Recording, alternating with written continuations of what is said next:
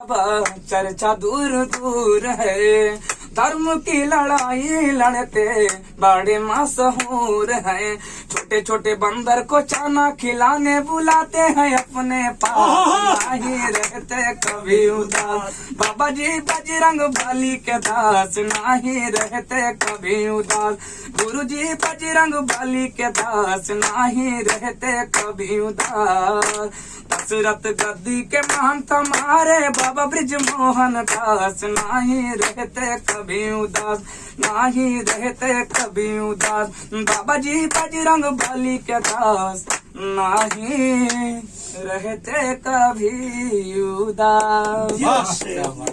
क्या बात है, बहुत बढ़िया। अभी जन्मदिन पे भी गाया, बहुत बढ़िया। इनका जो गाना इसके पहले सुना मैं जी, तो मुझे समझ में आया कि आप लोगों को भगवान ने यहाँ क्यों भेजा है। आप लोगों को इसलिए भेजा है जी कि मैं अगले महीने एक फिल्म बना रहा हूँ माई, अच्छा। और वो माई फिल्म लेके मैं आप ही के पास आ रहा हूँ, वहीं शूटिंग करूँ। बोलो बजरंग बली की जय। हम लोग एकदम साथ भैया दा जल्दी फोन दा, उनके मिलाई हम फटाक से, क्योंकि देखिए ये जैसे माई वाला